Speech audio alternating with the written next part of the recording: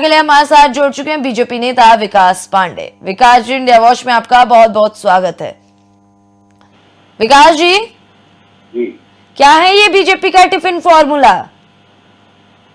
देखिए, भारतीय जनता पार्टी ऐसे आयोजन करती रहती है जी। जैसा कि आपको पता भी होगा ये कि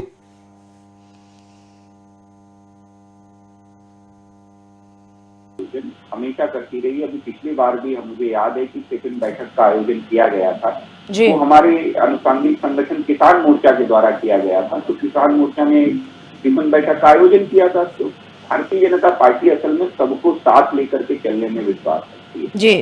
हम हमेशा से कहते हैं कि हमारी पार्टी हमारा परिवार है। हम उन राजनीतिक दलों से बिल्कुल अलग है। पार्टी विद द डिफरेंस की अगर बात करें तो वो यहीं से परिलक्षित हो जाती है कि जब हम पार्टी विद द डिफरेंसेस का परिभाषा देते हैं तो उसमें सबसे बड़ा बुनियादी फर्क ये आता है कि हमारी पार्टी हमारा परिवार है। अन्य दलों की आपको स्थितियां पता है यहाँ की कि अन्य दलों की क्या स्थितियां हैं, उनका तो परिवार ही पूरी पार्टी है।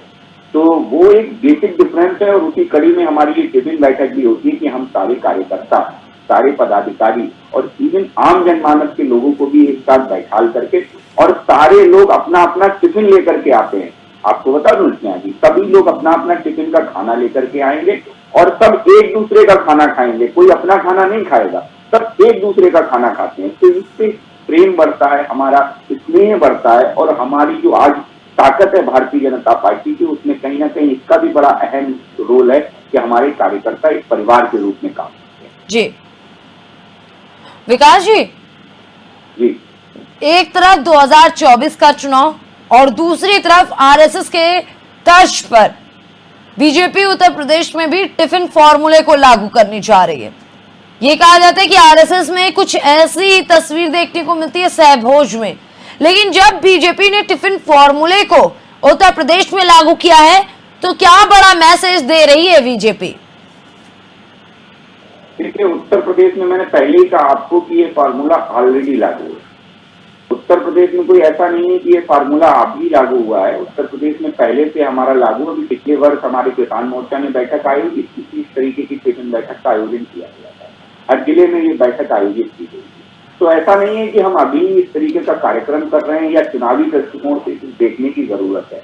हम हमेशा ऐसी बैठकें करते रहते हैं। स्नेहा जी, हम हमेशा कहते हैं कि हम 5 साल जनता के बीच में काम करने वाले राजनीतिक दल हैं। हम चुनावी नाटक नहीं है कि चुनाव आया तो बाहर आ गए और चुनाव खत्म हो गया तो अंदर चले गए। हमारे कार्यकर्ता, हमारे नेता, हमारे पदाधिकारी 5 साल जनता के बीच में रह करके काम करते हैं और जनता के बीच अपनी पार्टी की रीति नीतियों को पहुंचाते हैं।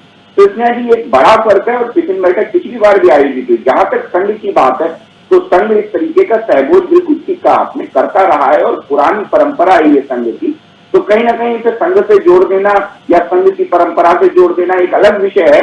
लेकिन भारतीय जनता पार्टी, आपको मालूम है, अपने नैतिक मूल्यों के लिए जानी जाती है। उसी नैतिक मूल्यों में ये अहम कड़ी है आज कि भारतीय जनता पार्टी इस तरीके का आयोजन करती है जिससे कि जनता में एक ये संदेश रहे हमारा कि हमारी पार्टी सर्वव्यापी पार्टी है, सर्वस्पर्शी पार्टी है। तो जो हमारा मूल मंत्र है उसको हम सार्थक करते हुए इस तरीके की बैठकें करते रहते हैं। जी विकास जी, अब जब पूरी तरीके से 2024 की तैयारी में सभी दल मैदान में नजर आ रहे हैं और उत्तर प्रदेश की अगर बात करें तो जहां समाजवादी पार्टी वर्सेस बीजेपी की पूरी स्टोरी देखने को मिलती है, ऐसे में भारत जोड़ो यात्रा से क्या कांग्रेस भी टक्कर में आ सकती है? क्या मान रही है बीजेपी? चुनौती मानेगी क्या कांग्रेस को?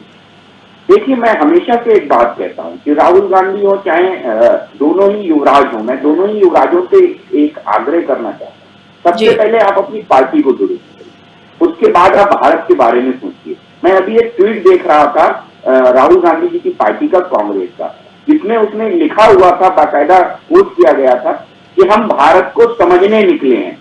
तो बड़ा हैरत हुई ऐसा ट्वीट पढ़ करके और जिसने भी वो ट्वीट पढ़ा होगा वो बड़े हतप्रद हो गया होगा कि राहुल गांधी जो इस मिट्टी में पैदा हुआ, पला बड़ा हो, उनकी माँ सोनिया गांधी भले ही ना भारत को समझती हो, लेकिन राहुल को तो समझना चाहिए था भारत को। क्या राहुल गांधी भी भारत को अभी तक नहीं समझ पाए? 60 साल देश में शासन करने वाले लोग इस देश को ही नहीं समझ पाए जो अभी तक देश को ही समझ रहे हैं। तो देश आखिर कब तक ये देश को समझेंगे? ये भी तो राहुल गांधी बताएं इस देश को कि कब तक इस देश को समझने वाले हैं वो। तो ये कुल मिला के स्पष्ट है भारतीय जनता पार्टी की तरफ से और कांग्रेस की तरफ से, ये दोनों ही दलों की विचारधारा बिल्कुल स्पष्ट है। कांग्रेस की विचारधारा लटकाओ भटकाओ और अटकाओ की है, भारतीय जनता पार्टी की विचारधारा सबका साथ सबका विकास और सबका विश्वास की है। तो दोनों में बहुत हद तक बड़ा डिफरेंशिएशन है। मैं हमेशा से कहता हूं कि हमारा मिशन और विजन दोनों क्लियर है, और जो मिशन और विजन दोनों से भटके हुए राजनीतिक दल है, पहले तो वो अपने में आत्ममंथन करें, पार्टी को दुरुस्त करें, पार्टी की रीति नीतियों को दुरुस्त करें, अपनी विचारधारा को दुरुस्त करें, तब जाकर के जनता के बीच में जाएं। और रही बात देश को समझने की, तो पहले या तो देश को समझ लीजिए फिर पार्टी को समझ लीजिएगा, या पार्टी को पहले समझ लीजिए फिर देश को समझ लीजिएगा। ठीक है विकास जी, 2014 की बात करें तो लोकसभा चुनाव में बीजेपी काफी अच्छा करती हुई नजर आई थी उत्तर प्रदेश में। क्या माना जाए 2019 और अब 2024 की स्थिति क्या होगी? देखिए 2019 का चुनाव भी हमारे लिए बहुत अच्छा था, आपको इसमें बता दूं जी, क्योंकि हमने वो चुनाव बहुत बड़े मार्जिन से जीत दर्ज की। पूरे उत्तर प्रदेश में भले ही हमें कुछ सीटों का, कुछ मामूली सीटों का हमें नुकसान हुआ, लेकिन कहीं ना कहीं अगर आप ये देखेंगे कि राष्ट्रीय पटल पर अगर देखेंगे तो भारतीय जनता पार्टी ने बड़े मार्जिन से जीत दर्ज की, और ये एक बड़ा मार्जिन था मुझे लगता है किसी भी राजनीतिक दल के लिए। ये एक बहुत बड़ी बात होती है कि पिछली बार हम सरकार में थे और उससे ज्यादा बड़े बहुमत के साथ हम सरकार में आ रहे हैं। तो ये दिखा रहा था उत्तर प्रदेश और देश की जनता के द्वारा कि भारतीय जनता पार्टी में लोगों का विश्वास बढ़ा है। और मुझे लगता है कि ये विश्वास जब धारा 370 हटी तो 2024 में भी आपको दिखेगा कि जनता का विश्वास भारतीय जनता पार्टी में और बढ़ेगा, और निश्चित तौर पर हमारा आंकड़ा पिछली बार से 2019 से बड़ा होने वाला है। चाहे आप उत्तर प्रदेश की बात कर लीजिए और चाहे देश के राष्ट्रीय पटल की बात कर लीजिए, हम बड़े अंतर से 2014 और 19 के मुकाबले इस बार जीत दर्ज करने वाले हैं। हम कार्यकर्ता बिल्कुल अस्वस्थ हैं इस बात को लेकर। जी विकास जी, बार बार ये कहा जा रहा है कि बीजेपी कहीं ना कहीं घबराई हुई है समाजवादी पार्टी के एक्टिव होने से, चाचा भतीजे के साथ आने से, लेकिन क्या वाकई सिर्फ इसलिए बीजेपी इतनी सारी स्ट्रेटेजी लगा रही है? बीजेपी अपनी पुरानी विचारधारा को आगे बढ़ाने के लिए स्ट्रेटेजीज पर कायम है? देखिए भारतीय जनता पार्टी, मैं फिर वही कहूंगा, हम किसी से डरने वाले दल नहीं है जी। इतना की बहुत बुनियादी सवाल है कि भारतीय जनता पार्टी इस लोकतंत्र में एकमात्र ऐसी पार्टी है जो मतलब कहना चाहिए कि जो संघर्षों से निकल के पार्टी आई है।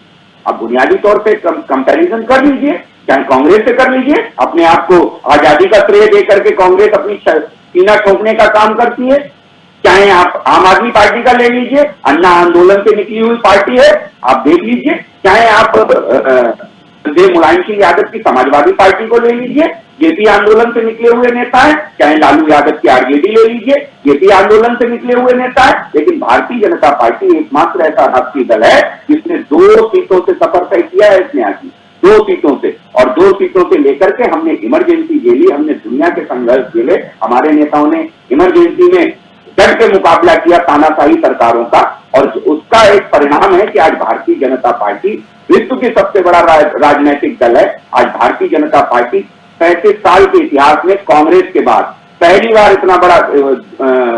बार ऐसा हुआ है कि इतने सालों तक किसी राजनीतिक दल ने देश की सत्ता पर शासन किया हो, देश की सत्ता में सेवा करने का काम किया हो, पहली बार किसी राजनीतिक दल ने। तो ये बड़ा डिफरेंशिएशन है इसमें। आगे हम क्यों डरेंगे? हम कार्यकर्ता कैडर बेस्ड पार्टी है भाई, उनका अपना जनाधार है। जहां तक आप चाचा भतीजा की इसमें आगे बात करती हैं, अरे भाई क्या बुआ से बड़े हैं चाचा? क्या उत्तर प्रदेश में बुआ से बड़ा कद है चाचा का? चाचा को अपनी हैसियत पता है उत्तर प्रदेश में भाई। चाचा जानते हैं जब चाचा कुछ नहीं कर पाए, जब चाचा को समर्थन नहीं मिला, उनकी बिरादरी का समर्थन नहीं मिला, उनके वर्ग का समर्थन नहीं मिला उत्तर प्रदेश में चाचा को, तब चाचा मजबूरी में भतीजे के साथ गए। उनकी मजबूरी थी भतीजे के साथ खड़ा होना। क्या बुआ से बड़ा चेहरा है चाचा? नहीं है इसमें आगे। बुआ बहुत बड़ा चेहरा है। बुआ 3-3, 4-4 बार उत्तर प्रदेश की मुख्यमंत्री रही हैं, तो बुआ से बड़ा चाचा चेहरा नहीं है। और बुआ और भतीजे ने तो गठबंधन कर लिया था, उसके बाद भी उत्तर प्रदेश में हमने बड़े मार्जिन से जीत दर्ज की। बड़े मार्जिन से। तो भारतीय जनता पार्टी अपने कार्यक्रमों, अपने कार्यकर्ताओं के बल पे चुनाव लड़ने में विश्वास रखती है। हम विरोधियों के बल पे चुनाव नहीं लड़ते हैं कि ठीक विरोधी है। क्या कर रहा है।